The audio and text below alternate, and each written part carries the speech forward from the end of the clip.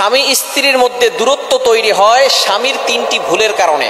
অনেক স্বামীর আছে এমন কিছু ভুল কাজ করেন যার কারণে স্বামী স্ত্রীর ভিতরে দূরত্ব তৈরি হয়ে যায়। মনে রাখবেন, স্বামী স্ত্রীর সম্পর্ক হচ্ছে মহব্বতের সম্পর্ক। দুনিয়ার সর্বপ্রথম যে সম্পর্ক হয়েছে সেটাই হচ্ছে স্বামী স্ত্রীর সম্পর্ক। হযরত আদম আলাইহিস সালামকে আল্লাহ তাআলা সৃষ্টি করেছেন, এরপরে মা হাওয়া আলাইহিস সালামকে সৃষ্টি করেছেন, এরপরে দুইজনের সম্পর্ক হচ্ছে স্বামী স্ত্রীর সম্পর্ক। সুতরাং এই সম্পর্কটা বর্তমানে এমনভাবে অবহেলিত হচ্ছে, প্রত্যেকটা জায়গায় জায়গায় সংসারে অশান্তি অশান্তি অশান্তি ছাড়া আর কিচ্ছু নাই। আমরা একটু স্যাক্রিফাইস করতে জানি না। স্বামী স্ত্রী উভয়জনকেই স্যাক্রিফাইস করতে হবে, কিন্তু স্বামীরা কিছু ভুল করে থাকেন। এই ভুলের কারণে সংসারে স্বামী স্ত্রীর মাঝে দূরত্ব সৃষ্টি হয়। এটা যদি আপনি আপনার ভুলের কারণে হয়, অবশ্যই আল্লাহর কাঠগড়ায় আপনাকে জবাবদিহি করতে হবে। নাম্বার ওয়ান, এক নাম্বার হচ্ছে স্ত্রীর সামান্য ভুলেই স্ত্রীকে অপমান করা, স্ত্রীকে লজ্জিত করা, স্ত্রীকে রেসপেক্ট না করা। মনে রাখবেন, আপনি যাকে বিয়ে করে নিয়ে আসছেন সে কাজের বুয়া না।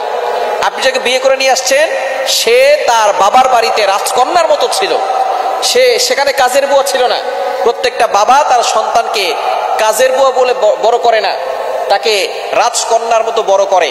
সে আপনার বাসায় আসার পরেই যে সঠিকভাবে রান্না করতে পারবে, সবকিছু ঠিকঠাক হবে, বিষয়টা এমন নয়। তার অনেক ভুল হবে, টুকটাক ভুলগুলো আপনি ধরবেন না।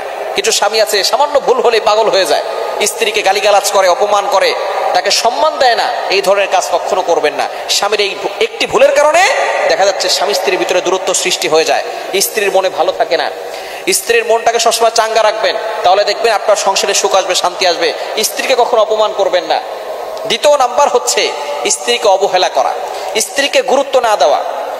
আপনি অফিসে গেছেন, অফিস থেকে আসার পরে স্ত্রীকে একটু সময় দিবেন, কিন্তু না, বর্তমানে মোবাইল এসে এমনভাবে আমাদেরকে মোবাইলের ভিতরে আসক্ত করে ফেলেছে যে আমরা বাসায় আসার পরে সন্তানকে সময় দেই না, স্ত্রীকে সময় দেই না, আমরা সময় দিই মোবাইলকে।